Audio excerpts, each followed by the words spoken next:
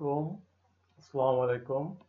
সুপ্রিয় শিক্ষার্থী, সবাইকে জানাচ্ছি অনলাইন ক্লাসে স্বাগতম। আমি মোহাম্মদ তানভীর রহমান, প্রভাষক, রাষ্ট্রবিজ্ঞান, মাগুরা আদর্শ কলেজ মাগুরা। আজকের পাঠ পরিচিতি: পরিণীতি সুশাসন দ্বিতীয় পত্র, উচ্চ মাধ্যমিক প্রথম ও দ্বিতীয় বর্ষ,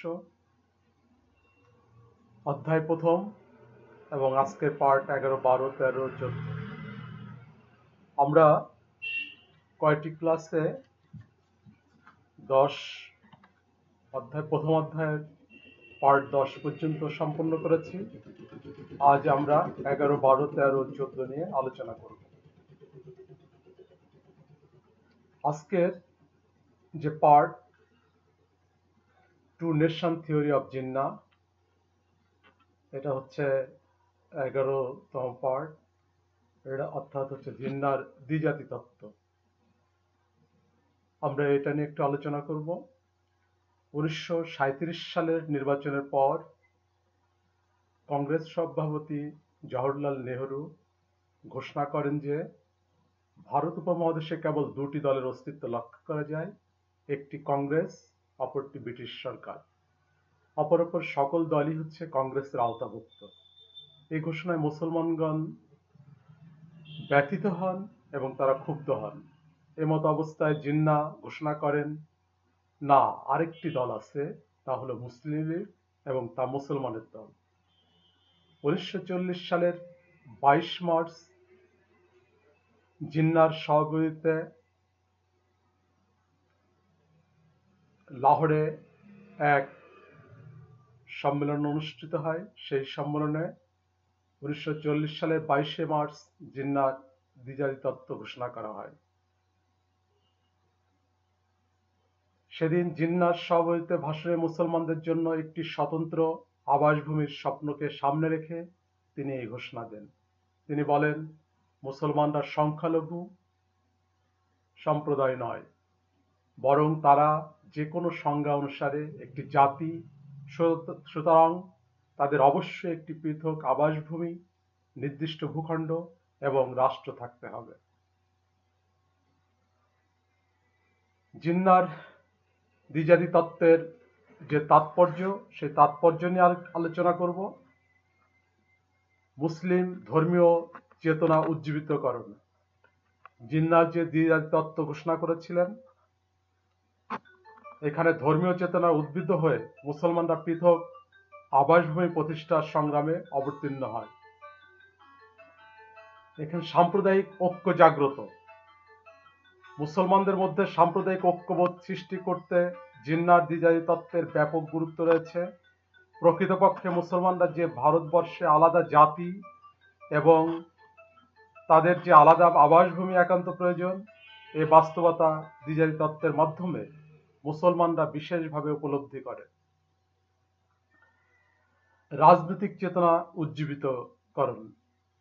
এখানে যে মোহাম্মদ আলী জিন্নাহ যে দ্বিজাতি তত্ত্বের ভিত্তিতে ভারত বিভক্তি, পাকিস্তান প্রতিষ্ঠার দাবি উত্থাপন করলে তা ভারতীয় মুসলিম চেতনাবোধের যে অগ্নিস্ফুলিঙ্গ, এটা জ্বালিয়ে দেয়। পৃথক আবাসভূমি বা স্বাধীনতার স্বপ্ন তাদেরকে জাগিয়ে তোলে। এই কারণে দ্বিধাদ্বন্দ্ব ভুলে গিয়ে মুসলমানরা মুসলিম লীগের পতাকা তলে ঐক্যবদ্ধ হতে শুরু করে।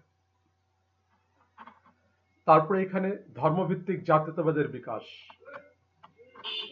এখানে মোহাম্মদ আলী জিন্নাহর যে দ্বিজাতি তত্ত্ব ভারতীয় মুসলমানদেরকে ধর্মীয় চেতনায় উজ্জীবিত করে।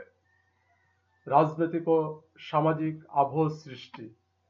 এখানে রাজনৈতিক এবং সামাজিকভাবে একটা নতুন আবহ সৃষ্টি করে এবং মুসলমানরা জাগ্রত হয়। দ্বিজাতি তত্ত্বের ফলে পরবর্তীতে পাকিস্তানের সৃষ্টি হয়। জিন্নার দ্বিজাতির উপর ভিত্তি করে 1940 সালে লাহোর প্রস্তাব গৃহীত হয়। এই প্রস্তাবে মুসলমানদের জন্য স্বতন্ত্র আবাসভূমির কথা বলা হয়। আর এই প্রেক্ষাপটেই ভারত বিভক্ত হয়ে 1947 সালে 14 আগস্ট পাকিস্তান নামক একটি রাষ্ট্রের সৃষ্টি হয়। আমরা জিন্নার দ্বিজাতি তত্ত্বের তাৎপর্য জানলাম। এখন আমরা আরেকজন রাজনীতিবিদ এবং আমাদের এই যাকে বাংলার বাঘ বলা হয়, শেরে বাংলা একে ফজলুল হক 1940 সালে লাহোর প্রস্তাব করেন। আমরা এই লাহোর প্রস্তাব নিয়ে আলোচনা করব। 1940 সালের 23 মার্চ লাহোরে সর্বভারতীয় মুসলিম লীগের এক অধিবেশন আহ্বান করা হয়। এই অধিবেশনের উদ্দেশ্য ছিল দলের ভবিষ্যৎ কর্মসূচি নির্ধারণ করা। এই অধিবেশনে ঐতিহাসিক লাহোর প্রস্তাব গৃহীত হয়, যা পরবর্তীতে পাকিস্তান প্রস্তাব নামে অভিহিত হয়। এই প্রস্তাব উত্থাপন করে বাংলার বাঘ মুসলিম লীগের নেতা শেরে বাংলা একে ফজলুল হক। আমরা লাহোর প্রস্তাবের গুরুত্ব কি সে বিষয়ে একটু আলোচনা করব। লাহোর প্রস্তাবের অনেক গুরুত্ব রয়েছে। এখানে একটি লাহোর প্রস্তাবের পরপরই যে বিষয়গুলো বিকশিত হয়, একটা স্বতন্ত্র জাতিসত্তার বিকাশ হয় এখানে। অর্থাৎ লাহোর প্রস্তাবে এটাই প্রতীয়মান হয় যে ভারতের হিন্দু ও মুসলমান এক জাতি নয়, তারা দুটি পৃথক জাতি। লাহোর প্রস্তাবের মূল ভিত্তি ছিল দ্বিজাতি তত্ত্ব। এই তত্ত্বের মূল কথা হলো ভারতীয় মুসলমানগণ ভারতের অপর অপর সম্প্রদায়ের ন্যায় কেবল একটি সম্প্রদায় নয়, তারা একটি স্বতন্ত্র জাতি। এই প্রসঙ্গে প্রখ্যাত রাজনীতিবিদ সর্দার বল্লভ প্যাটেল বলেন যে ভারতবর্ষে হিন্দু ও মুসলমান দুটি পৃথক ও স্বতন্ত্র জাতি। এখানে মুসলমানদের মধ্যে রাজনৈতিক সচেতনতা বৃদ্ধি হয়। লাহোর প্রস্তাবের ফলে মুসলমানদের মধ্যে রাজনৈতিক সচেতনতা বৃদ্ধি হয়। স্বাধীন সার্বভৌম আবাসভূমি প্রতিষ্ঠার প্রত্যাশায় ভারতীয় মুসলমানদের বিপুল উৎসাহ উদ্দীপনা সৃষ্টি হয় এবং 40 সালে লাহোর প্রস্তাব গ্রহণের পরবর্তী সময়ে মুসলিম লীগের জনপ্রিয়তা দিন দিন বাড়তে থাকে। এই প্রস্তাব মুসলমানদের নতুন আশায় উজ্জীবিত করে এবং তাদের মধ্যে রাজনৈতিক সচেতনতা বৃদ্ধি হয়। লাহোর প্রস্তাবের পরেই যদিবা স্বাধীন একাধিক মুসলিম রাষ্ট্র গঠনের কথা বলা হয়েছিল লাহোর প্রস্তাবে, তথাপিও 1947 সালে যখন ভারত স্বাধীনতা হয় তখন পাকিস্তান নামক এক নতুন রাষ্ট্রের সৃষ্টি হয়, একটা মুসলিম অধ্যুষিত অঞ্চল নিয়ে। এখানে হচ্ছে বাংলাদেশের অভ্যুদয়। এই লাহোর প্রস্তাবে যে জিন্না দ্বিজাতি তত্ত্ব কথা বলেছিলেন, কিন্তু শেরে বাংলা একে ফজলুল হক বলেছিলেন একাধিক মুসলিম রাষ্ট্র গঠনের কথা। সেই হিসাবে যে আমরা তার যে লাহোর প্রস্তাবের উল্লেখ ছিল যে পূর্ব বাংলা এবং আসাম নিয়ে একটি নতুন প্রদেশের যে স্বপ্ন ছিল, সেই স্বপ্নর লাহোর 1947 সালে যখন পাকিস্তান সৃষ্টি হয়, আমরা বাংলাদেশটাকে পূর্ব পাকিস্তান হিসাবে ঘোষণা দিয়ে একটি পাকিস্তানের অন্তর্ভুক্ত করা হয়। কিন্তু পরবর্তীতে যে বাংলাদেশ নামক আজকের যে রাষ্ট্র পেয়েছি, এটা হচ্ছে শেরে বাংলা একে ফজলুল হকের যে বাংলাদেশ এবং বাংলা এবং হচ্ছে আসাম নিয়ে যে প্রদেশের কথা বলেছিলেন, তারই চূড়ান্ত পরিণতি স্বাধীন বাংলাদেশ পাওয়া। অতএব আমরা এখানে বাংলাদেশের অভ্যুদয়ের ক্ষেত্রে লাহোর প্রস্তাবের এখানে গুরুত্ব আমরা পেতে পারি। লাহোর প্রস্তাবের যে বৈশিষ্ট্যগুলো, সেই বৈশিষ্ট্যগুলো নিয়ে এখন আলোচনা করব। প্রস্তাবিত যুক্তরাষ্ট্র শাসন ব্যবস্থা মুসলমানদের নিকট গ্রহণযোগ্য হয়। মুসলমানদের সঙ্গে পরামর্শ ছাড়া আর কোনো সংশোধন পরিকল্পনা তাদের নিকট গ্রহণযোগ্য হবে না। সন্নিহিত এলাকাগুলোকে পৃথক অঞ্চল হিসাবে চিহ্নিত করতে হবে। মুসলিম সংখ্যাগরিষ্ঠ অঞ্চলগুলো নিয়ে স্বাধীন রাষ্ট্র গঠন করতে হবে। স্বাধীন রাষ্ট্রের অঙ্গরাজ্যগুলো হবে স্বায়ত্তশাসিত সার্বভৌম। সংখ্যালঘুদের স্বার্থ রক্ষার জন্য উপযুক্ত শাসনতান্ত্রিক ব্যবস্থা থাকতে হবে। দেশের যে কোনো ভবিষ্যৎ সাংবিধানিক পরিকল্পনা উক্ত বিষয়কে মূলনীতি হিসাবে গ্রহণ করতে হবে। প্রদেশগুলো নিজেদের এলাকায় প্রতিরক্ষা, পররাষ্ট্র যোগাযোগ, অন্যান্য প্রয়োজনীয় বিষয়ে সকল ক্ষমতার অধিকারী হবে। এই ছিল লাহোর প্রস্তাবের বৈশিষ্ট্য। আমরা আরেকজন ব্যক্তির ছবি এখানে দেখতে পাচ্ছি। আমরা সবাই চিনি তাকে, যাকে বলা হয় গণতন্ত্রের মানুষপুত্র হোসেন শহীদ সোহরাওয়ার্দী। তা হোসেন শহীদ সোহরাওয়ার্দীর যে উদ্যোগ, সেটা হচ্ছিল স্বাধীন অখণ্ড বাংলা প্রতিষ্ঠার উদ্যোগ। উনি 1947 সালে স্বাধীন বাংলা প্রতিষ্ঠার উদ্যোগ নেন। আমরা একটু সে বিষয়ে আলোচনা করব। 1946 সালে ভয়াবহ সাম্প্রদায়িক দাঙ্গা ভারত বিভাগের অনিবার্য পরিস্থিতি সৃষ্টি করে। ব্রিটিশ ভারত বিভক্ত হয়ে ভারত এবং পাকিস্তান সৃষ্টির পাশাপাশি বিপুল সংখ্যক মুসলিম অধ্যুষিত দুটি প্রদেশ বাংলা ও পাঞ্জাব বিভক্ত হওয়ার মুখে পড়ে। এমন ক্লান্তি লগ্নে অবিভক্ত বাংলার তখনকার মুখ্যমন্ত্রী হোসেন শহীদ সোহরাওয়ার্দী বঙ্গবিভাগের কারণে বাঙালি জাতির দুঃসময়ের কথা ভেবে শঙ্কিত হয়ে পড়েন। তিনি বিশ্বাস করতেন বঙ্গ ভাগ করা হলে ভারত ও পাকিস্তান উভয় দেশই যে বাঙালিরা তারা দুর্বল হয়ে পড়বে।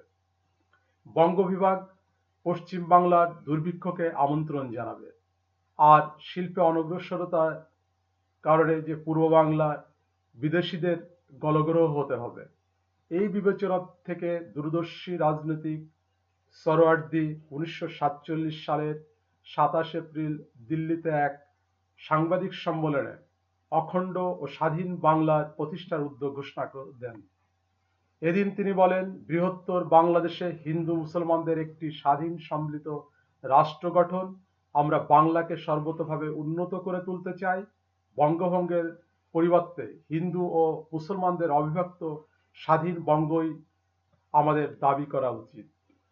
শেরে বাংলা হোসেন শহীদ সোহরাওয়ার্দী এই বক্তব্যের পর আমরা দেখি যে সেখানে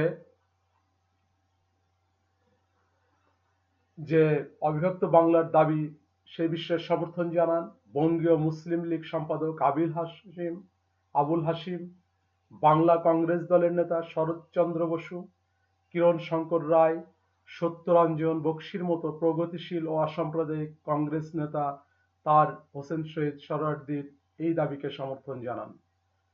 সোহরাওয়ার্দী অখণ্ড বাংলার পরিকল্পনা ঘোষণার দুদিন পর 29 এপ্রিল বঙ্গীয় মুসলিম লীগ সম্পাদক আবুল হাসিম এক সংবাদ সম্মেলনে একই দাবি উত্থাপন করেন। পরে স্বাধীন বাংলা রাষ্ট্র গঠনের আন্দোলনের নেতৃবৃন্দ এবং কংগ্রেস ও মুসলিম লীগের অন্যতম অসাম্প্রদায়িক ও প্রগতিশীল নেতা মিলে একটি যৌথ কমিটি গঠন করেন। তারা স্বাধীন অখণ্ড বাংলার ভবিষ্যৎ সংবিধান প্রণয়নের একটি রূপরেখা অঙ্কন করেন। সংবিধানের রূপরেখা ছিল, তা আমরা এখন আলোচনা করব। এক হচ্ছে, বাংলা হবে একটি স্বাধীন সার্বভৌম রাষ্ট্র। 2, ভারতের অবশিষ্ট অংশের সাথে বাংলার সম্পর্ক কিরূপ হবে তা নির্ধারণ করবে বাংলার গণপরিষদ বা স্বাধীন বাংলার পরিচালকেরা। 3, স্বাধীন সার্বভৌম বাংলার আইনসভা গঠিত হবে যুক্ত নির্বাচন ও সার্বজনীন প্রাপ্ত বয়স্ক ভোটাধিকারের ভিত্তিতে এবং নির্বাচিত প্রতিনিধিদের নিয়ে। 4, স্বাধীন বাংলার প্রধানমন্ত্রী হবেন একজন মুসলমান, তবে মন্ত্রিসভায় সমান সংখ্যক হিন্দু ও মুসলিম থাকবে। 5, সামরিক ও পুলিশ বাহিনী সহ অন্যান্য চাকরিতে হিন্দু মুসলমানদের যে সংখ্যা সাম্যের ব্যবস্থা, এটা থাকবে। 6, আইনসভার আসন সংখ্যা নির্ধারিত হবে জনসংখ্যার ভিত্তিতে। 7, এই সংবিধান আগামী 10 বছরের জন্য বলবৎ থাকবে। 8, গণপরিষদের সদস্য সংখ্যা 16 জন এবং মুসলিম এবং 14 জন হিন্দু সম্প্রদায় থাকবেন। গণপরিষদের মোট সদস্য সংখ্যা হবে 30 জন, এর মধ্যে 16 জন মুসলিম এবং 14 জন হিন্দু সম্প্রদায় হবেন। 9, স্বাধীন বাংলা গঠনের প্রস্তাবে 3টি অঞ্চলকে অন্তর্ভুক্ত রাখার প্রস্তাব করা হয়। 9, পূর্ব যে আমরা এখানে যে 9 নম্বরে বলেছি স্বাধীন বাংলা গঠনের 3টি অঞ্চলকে অন্তর্ভুক্ত রাখার প্রস্তাব করা হয়, সেটা হচ্ছে পূর্ব অঞ্চল, সিলহট্ট জেলা বাদে আসাম অঞ্চল, মধ্য অঞ্চল চট্টগ্রাম, ঢাকা, রাজশাহী এবং শ্রীহট্ট, এবং বর্ধমান বিভাগ এবং বিহারের পূর্ণিয়া জেলা নিয়ে আহ, পশ্চিম অঞ্চল হবে। তাহলে পূর্ব অঞ্চল হবে শ্রীহট্ট অর্থাৎ আজকের সিলেট, এটা শ্রীহট্ট জেলা, এটা বাদে আসাম অঞ্চল নিয়ে পূর্ব অঞ্চল হবে। মধ্য অঞ্চল হবে চট্টগ্রাম, ঢাকা, রাজশাহী এবং শ্রীহট্ট নিয়ে, এবং পশ্চিম অঞ্চল হবে বর্ধমান বিভাগ ও বিহারের পূর্ণিয়া জেলা নিয়ে। এই ছিল হোসেন শহীদ সোহরাওয়ার্দীর যে অবিভক্ত বাংলার যে দাবি, সে বিষয়ে আমরা আলোচনা করলাম। তাহলে আমরা এখানে জিন্নাত দ্বিজাতি তত্ত্ব 1940 সালের লাহোর প্রস্তাব শেরে বাংলা একে ফজলুল হক কর্তৃক এবং 1946-47 সালে হোসেন শহীদ সোহরাওয়ার্দীর যে অবিভক্ত বাংলার আন্দোলন, এ বিষয়ে আমরা আলোচনা করব।